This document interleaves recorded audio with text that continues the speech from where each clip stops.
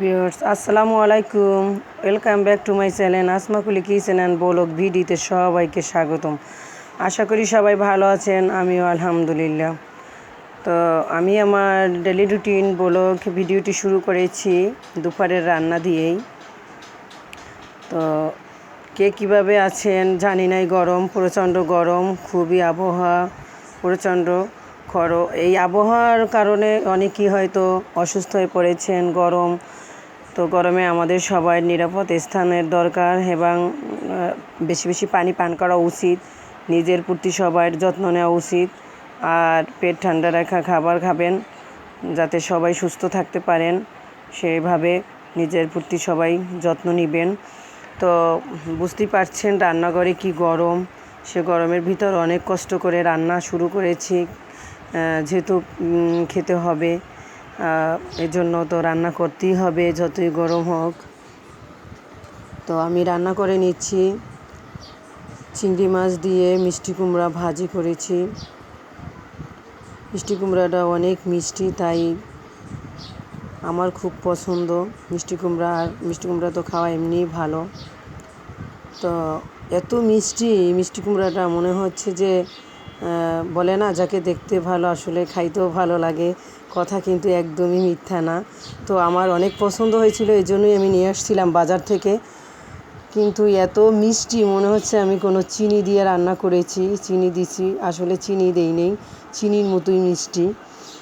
তো ভালোই লাগছে।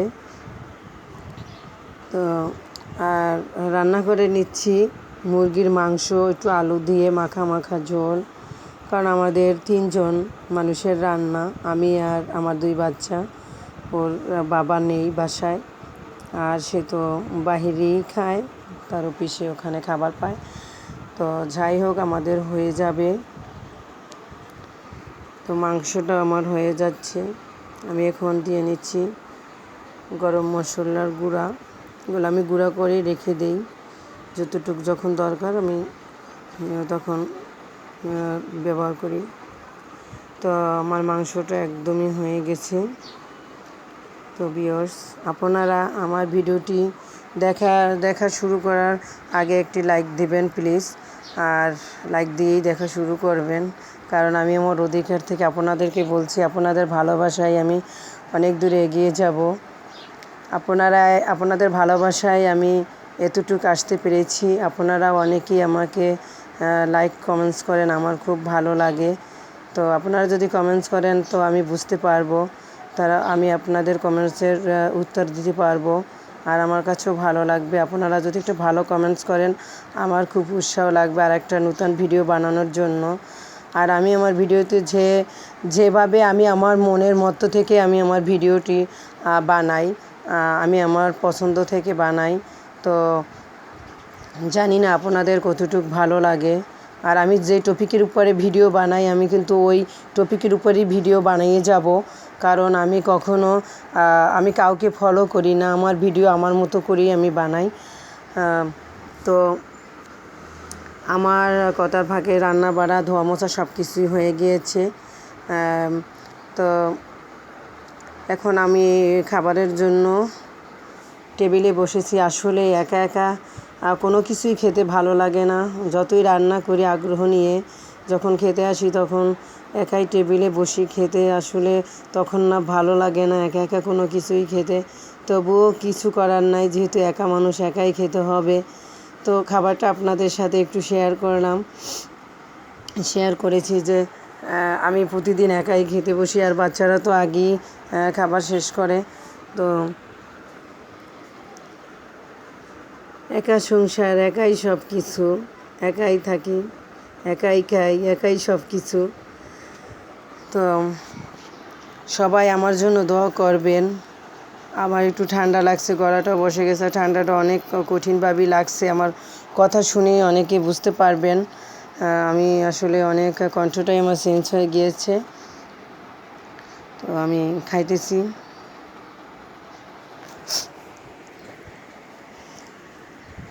তো ভিউয়ার্স, এখনও আপনারা যারা আমার চ্যানেলটিকে সাবস্ক্রাইব করেন নাই, প্লিজ আমার চ্যানেলটিকে সাবস্ক্রাইব করেন।